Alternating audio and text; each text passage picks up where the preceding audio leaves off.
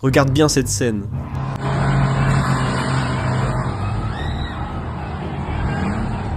Ramadan, ouest de l'Iran, décembre 2025. Un homme se tient au milieu de la rue. Il est seul, sans armes. Un camion de police s'approche avec un canon à eau. Puis quelque chose d'extraordinaire se produit.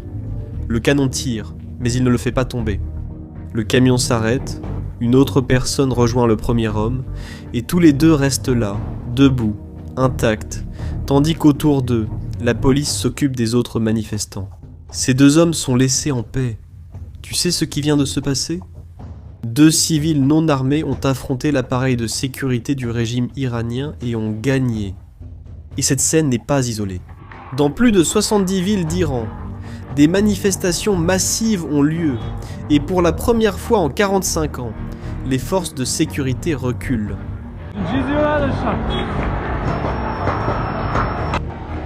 Dans la capitale, les policiers abandonnent leur position face à la foule. À Koudasht, des véhicules de la garde révolutionnaire iranienne sont abandonnés. Des rapports de désertion commencent à apparaître. Et cela nous amène à une question. Mais pourquoi ? Pourquoi maintenant ? Parce que le régime qui a écrasé les manifestations en 2009, en 2019, en 2022, soudainement, n'arrive plus à contrôler les rues. La réponse, eh bien, ne se trouve pas dans la politique. C'est quelque chose de bien plus important. Et cela met l'Iran au bord de l'effondrement. Quelque chose qui va changer non seulement l'Iran, mais tout le Moyen-Orient. Je vais te montrer ce qui s'est passé pour que tu comprennes pourquoi ces deux hommes sont restés debout sans peur pendant le Ramadan. Nous devons revenir, pas très loin, juste quelques mois en arrière, car jusqu'à récemment, l'Iran semblait stable. C'était une puissance régionale. Elle avait de l'influence au Liban à travers le Hezbollah, soutenait des milices en Irak, finançait des groupes au Yémen. Le régime avait déjà survécu à des protestations auparavant. En 2009, les Verts ont été écrasés. En 2019, ils ont tué 1500 manifestants et ils ont survécu en 2022 après la mort de Mahsa Amini. Ils ont réprimé brutalement et ont continué. Mais alors, quelque chose a changé, quelque chose que personne n'attendait.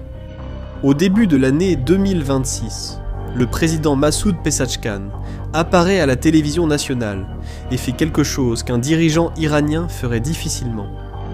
Il admet sa faute devant des millions d'Iraniens. Il dit que l'État a échoué, que l'argent a été mal géré, que des ressources ont été gaspillées et, pire encore, il reconnaît qu'il y a des groupes privilégiés qui profitent du système tandis que l'argent disparaît et que le peuple est dans le besoin.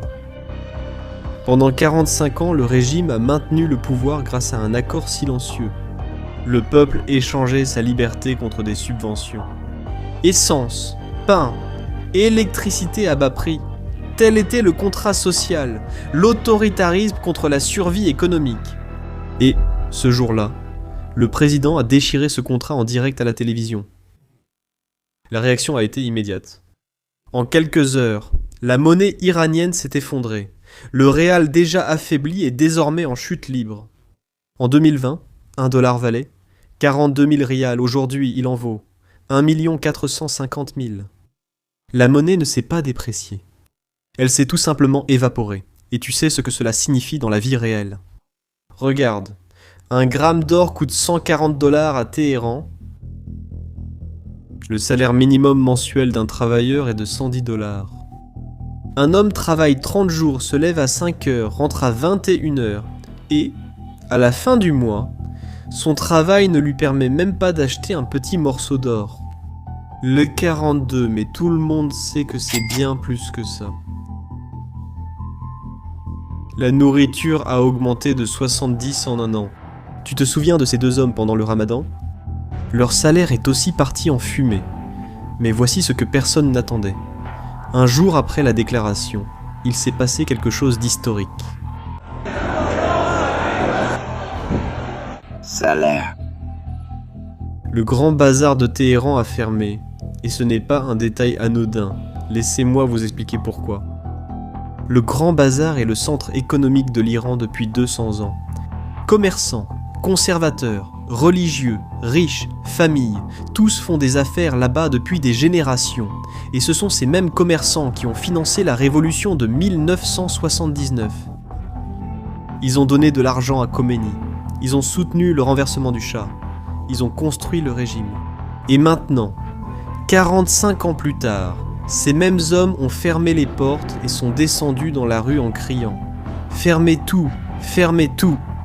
Quand le bazar ferme, ce n'est pas une grève, c'est le régime qui perd sa base, c'est la fondation qui se fissure.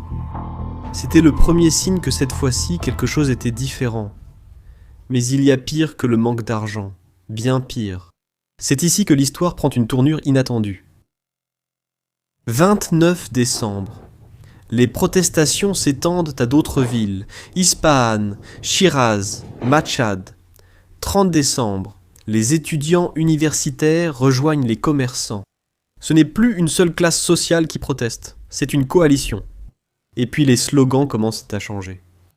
Ce ne sont plus « Où est mon vote ?» comme en 2009, ni « Femme, vie, liberté » comme en 2022. Maintenant, ce sont « Khamenei va tomber » ou « Le Shah va revenir ». Oui, vous avez bien entendu. La génération qui a renversé la monarchie en 1979 demande maintenant le retour du roi, et a un autre slogan qui brise complètement le régime. Ni Gaza, ni le Liban, ma vie est pour l'Iran. Pendant des décennies, le régime a justifié les sacrifices en disant « Nous soutenons la résistance palestinienne, nous luttons contre Israël, nous défendons les opprimés ». Des millions de personnes crient « Nous ne voulons pas savoir, nous voulons de l'eau, du pain, dépensés ici ». Alors, le 31 décembre, les premiers morts sont apparus.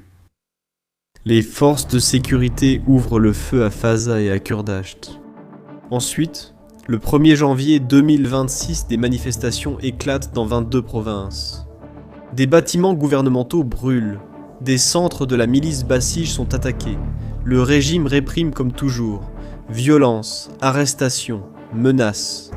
Mais quelque chose est différent, et personne ne comprend quoi, jusqu'à ce que la vérité commence à fuiter, et cette vérité change tout. L'eau s'épuise, ce n'est ni une exagération, ni une métaphore, c'est la réalité. Imaginez ça, vous êtes chez vous, vous allez vous laver les mains, vous ouvrez le robinet, et il n'en sort que de l'air, le son du vide. Téhéran, avec 14 millions d'habitants, est parmi les plus grandes villes du Moyen-Orient. Et les robinets sont à sec. Les réservoirs qui alimentent la ville sont pratiquement vides. Le plus grand d'entre eux, le barrage de l'Ar, n'est qu'à 2% de sa capacité. 2%. C'est un cratère sec avec de la boue au fond, causé par bien plus qu'un manque de pluie.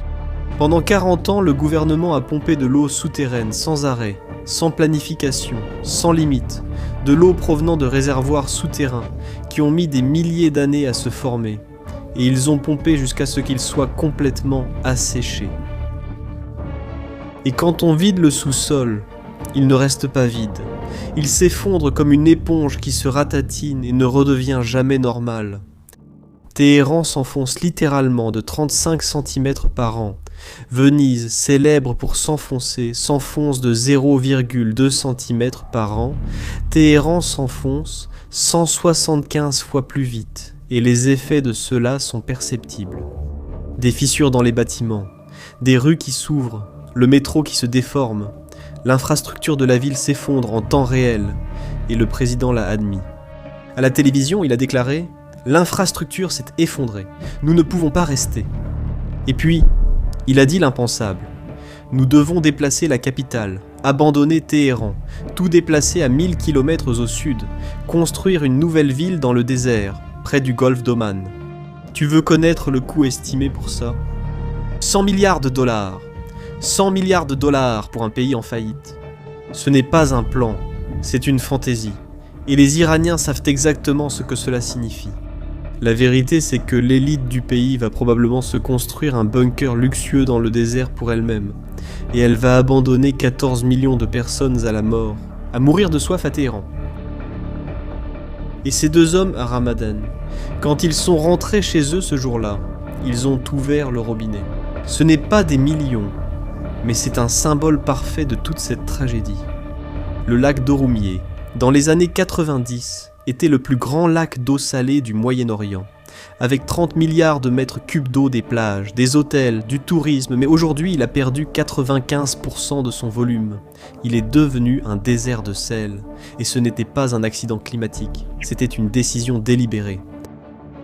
Le gouvernement a construit une route de 15 km traversant le lac en deux, bloquant la circulation de l'eau, tuant le lac et laissant derrière lui 10 milliards de tonnes de sel toxique. Maintenant, quand le vent souffle, des tempêtes de sel recouvrent des villes entières, du sel mélangé à des pesticides agricoles, des métaux lourds, de la pollution industrielle pénètre dans les poumons de millions de personnes. Les médecins signalent une épidémie de toux chronique, mais ce n'est pas un mystère, c'est un empoisonnement lent. Alors maintenant, tu comprends, ce n'est pas seulement une question d'argent, ni seulement de politique, c'est l'eau, c'est la survie biologique. Et c'est à ce moment-là que l'impossible s'est produit. Les soldats ont commencé à hésiter. Des vidéos montrent des policiers à Téhéran reculant devant les foules.